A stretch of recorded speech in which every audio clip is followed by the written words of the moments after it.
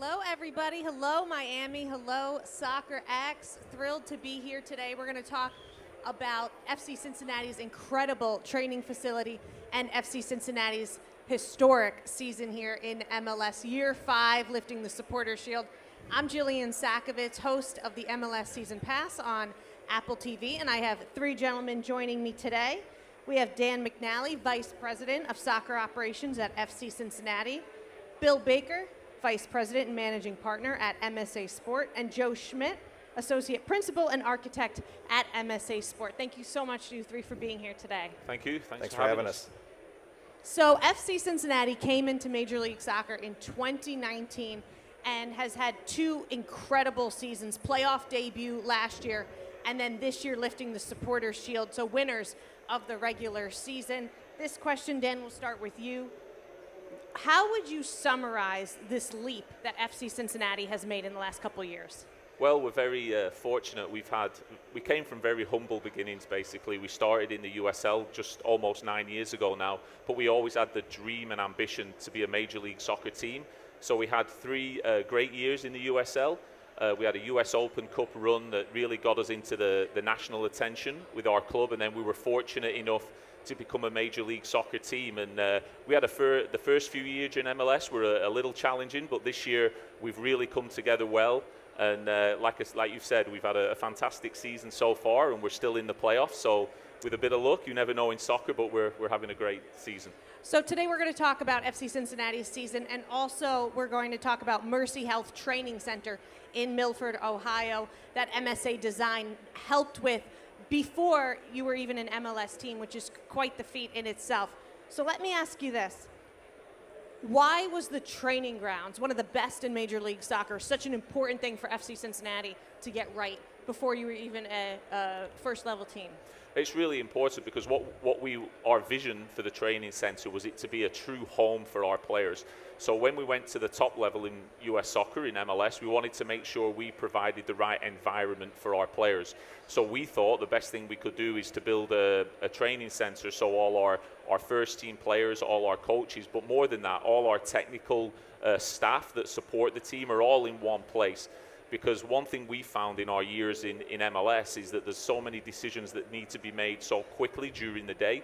And we're fortunate to have not just our players, not just our coaches, but we have our operations team, our community team, our media team are all at the Mercy Health Training Center. So in terms of our professionalism, having this standalone building has been very, very good for us. And I think it's proved to be very wise because as our years in MLS have gone on, all of a sudden we're starting to see the success on the field that we kind of known we built off the field with our facilities.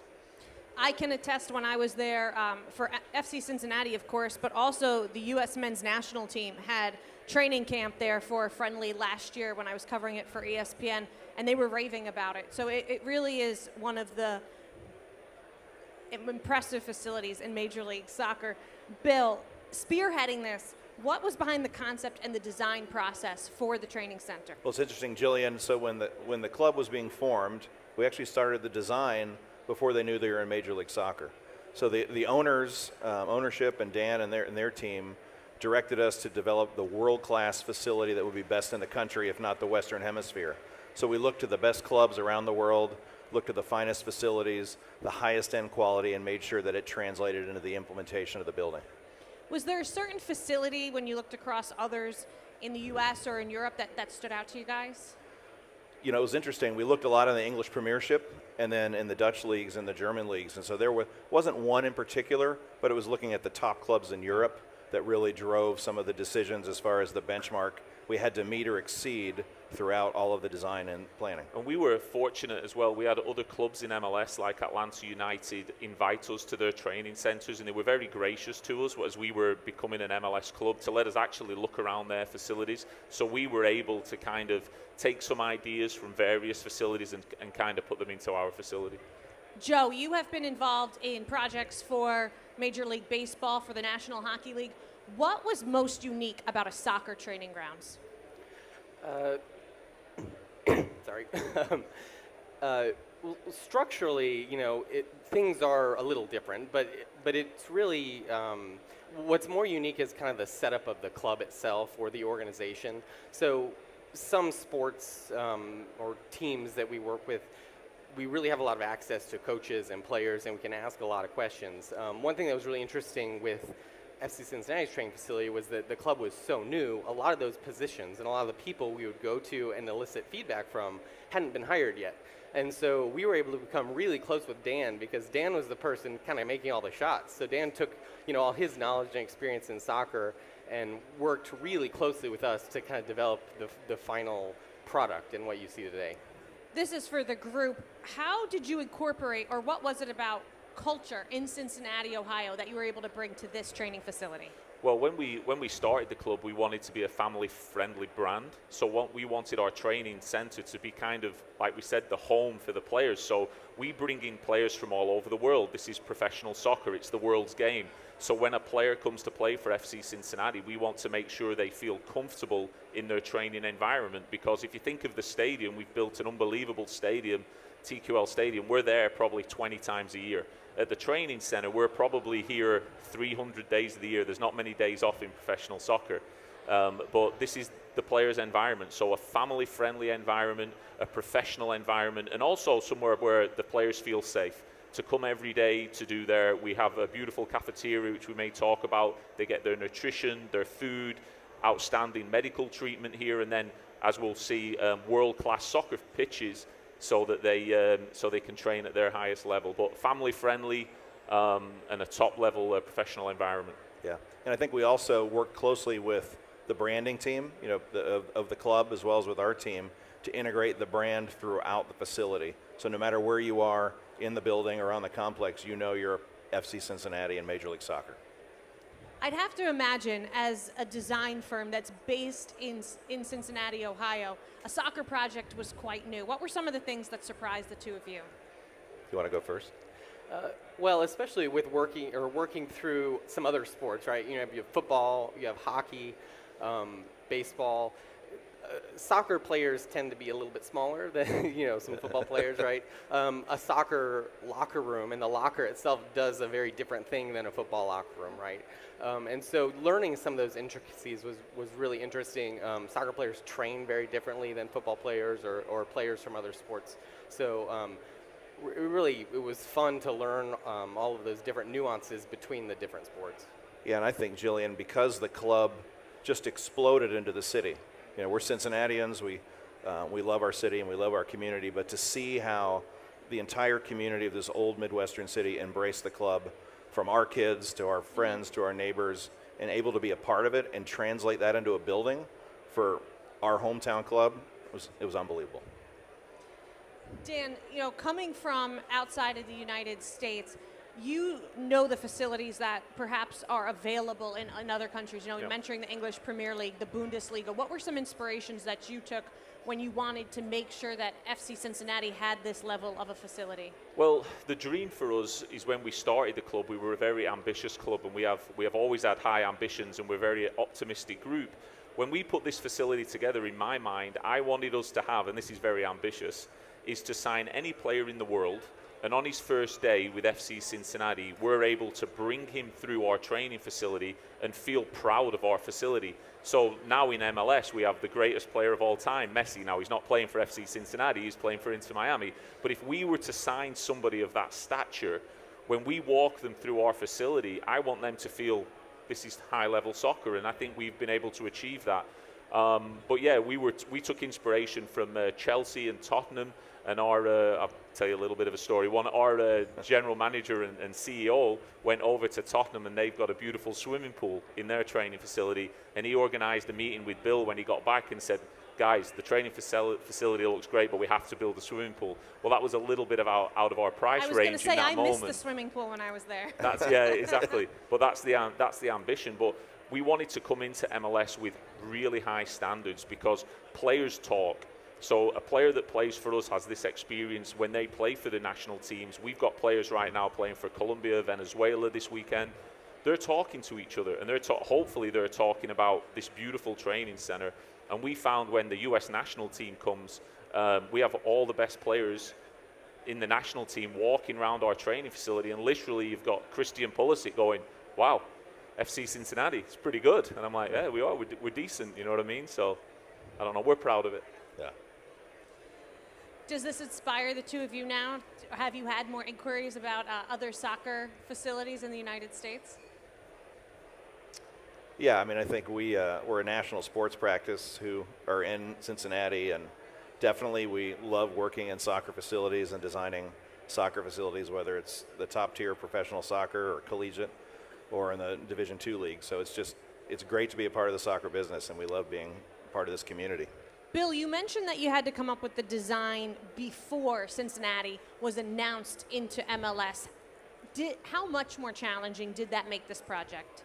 It made it more fun, frankly. I mean, we had Dan and some core people from the club, and we benchmarked other facilities, and a lot of it was, how do we design the building to be expandable, knowing that it will change over time? And so the type of construction, you can see the picture here, and I know we'll have others we'll go through, but making sure the building was flexible inherently as we did the design, that was the key, to make sure there were corridors that connected to open spaces. There's a rooftop deck that we've already expanded into and built a whole second floor on, because we knew the program, the staffing, the direction of the club would change over time. How does this facility serve also the academy kids and the second team? Yeah, so right now we have MLS Next Pro, our second team. We've just completed year 2 of MLS Next Pro. So we were really fortunate in that when we designed this facility, we built an academy wing, and MLS Next Pro didn't exist in that moment. So we were fortunate that when MLS Next Pro started, everybody comes to me, my role as head of operations is, well, where are the MLS Next Pro players going to go every day? Well, I said, well, we have an academy wing, let's put them in there. So that's kind of how that worked out well for us. But one of the things we're fortunate with MSA is when we design this facility is that there's room for expansion. So one thing we're already experiencing is we have 5 academy teams, a second team, and we also have our first team. That's 7 teams currently training at our facility. So as time goes on, we're going to look to expand this. But because of MSA's smart way of setting this up, is we have room for expansion, which I think is really important in US soccer, because it's expanding, it's growing, so we're going to have to grow with it. For those who follow FC Cincinnati and follow Major League Soccer, I'm sure they'd love to know, Dan, who's the guy that kind of uses the facility there the most? There's always one player that's in super early, eating all the meals, last to leave. Who's that for Cincinnati? Well, one thing we did is that we have a fantastic cafeteria. So in my mind, it's kind of a simple way to look at it. You make a nice breakfast with good coffee, the players arrive on time. It's an important thing. But I'm sure people know Brandon Vasquez. Is a forward for us, who's now a US men's national team player, he's had a few brilliant seasons for us. One of the things, kind of a success story for us, he came from Atlanta United and was doing well. He came to us as a young player, and he's really benefited, I think, from the training center, from sports performance, the nutrition side of things, and he's really blossomed with us. And now he's, he was a good goal scorer last year, but now he's a national team player, and he's kind of propelled us into the playoffs. So Brandon's an easy one, but there's a number of different players I could mention, but for sure Brandon Vasquez. Joe and Bill, for people here who maybe aren't architecturally savvy like myself, what should you know about building a sports facility, especially one like the one in Milford? I think I'll start. I think ultimately when you plan and design a sports facility, and which is what we love about this, is you design it around the operations of the team. You start with the player. What's the experience of the player? Where do they arrive to the site? How do they enter the building? Can they grab a snack? Then they go into the lounge. Then they go into the locker room. So designing it around the flow of the practice and the use of the particular building is really, really key. And so I think, and also for this site, which also had technical staff, communication staff, some administration, designing the building so that it met their needs as well. And what we love about this is the fact that all of those folks come together, as Dan talked about, as a home. This is really the heart of the club on a day-to-day basis. Joe? Yeah, and with this facility, we paid really special attention to public versus private. So we designed it in a way that has some really unique features so that the player can arrive at the site and spend their entire day kind of in one realm, and they never have to cross that other realm, where a visitor coming would kind of be the opposite. And we paid special attention to that also, knowing that the facility would have to be expanded in the future as the club grew. So it was just a really fun way to think about things, and fun way to organize space around those two different realms of public and private. Dan, you mentioned wanting to have a place like this be what draws in a player when you're trying to recruit and you're trying to sign big names. What's been some of the feedback that you've gotten as FC Cincinnati this year has been a team that's gone out there and made big moves with high-ticket players? Well, what I do is normally about 3 months into the season, I'll sit down with some of the new players. So every year in MLS, maybe we go through, depending on how well you did the previous year, maybe 7 or 8 to 10 new players come into the building, and they've been at other clubs in MLS, so they've been around the league, and I normally sit down with 2 or 3 of them to go through, hey, what are we doing well at the training center? What have your experiences been in other places, and what can we do better? Because I don't think we need to stand still, because one thing I would imagine with training centers is that other teams are going to try and outdo us. They're going to try and build training centers as good or if not better than this.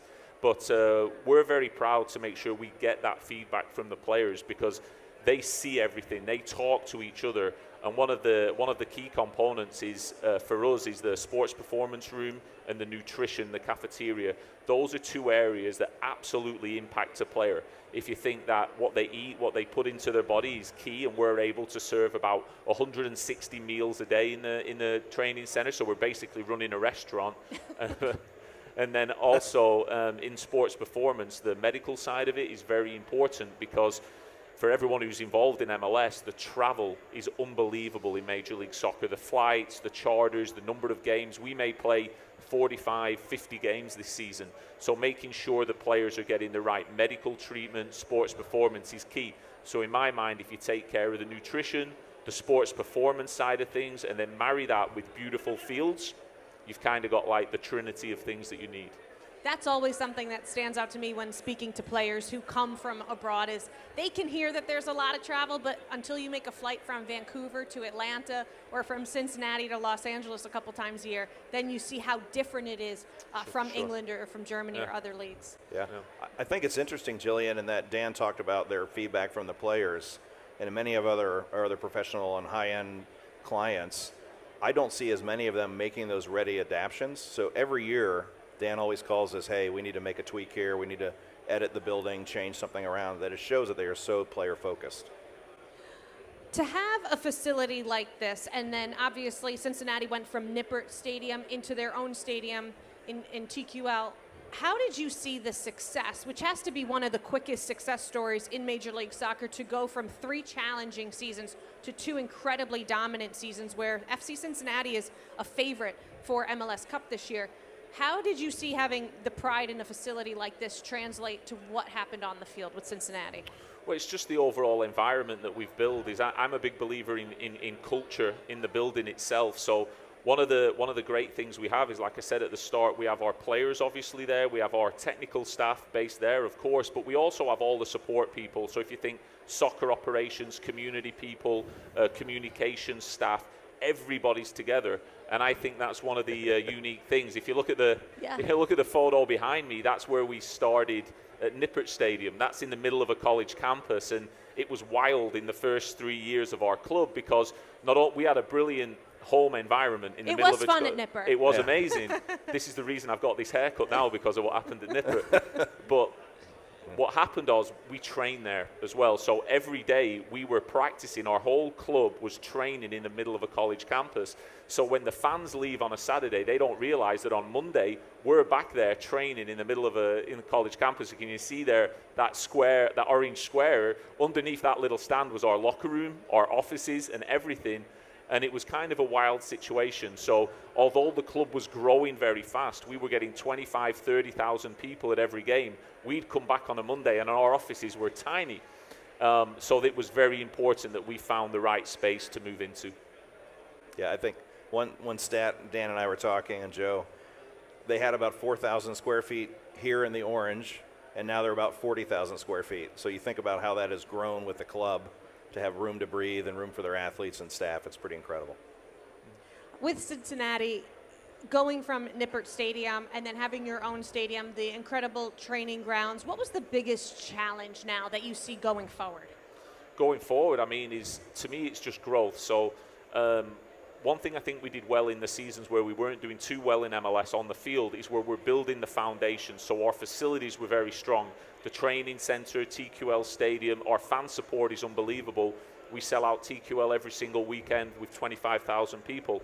So for us now, it's about maintaining what we have, but making sure we take the next steps. One thing I think is very important, and this is where these guys will come in to help us, I think a big growth area in US soccer is the academies, and we now need to make sure that our training center we're expanding, so we're putting our young players into that same fantastic situation. I would say right now, maybe overall in Europe, they're doing a really great job of giving those facilities to the young players so they can have that growth. Now it's our challenge to make sure when we're bringing in a 12-year-old to FC Cincinnati, we're making sure that they have those standards and those high-level facilities that can match what's going on overseas.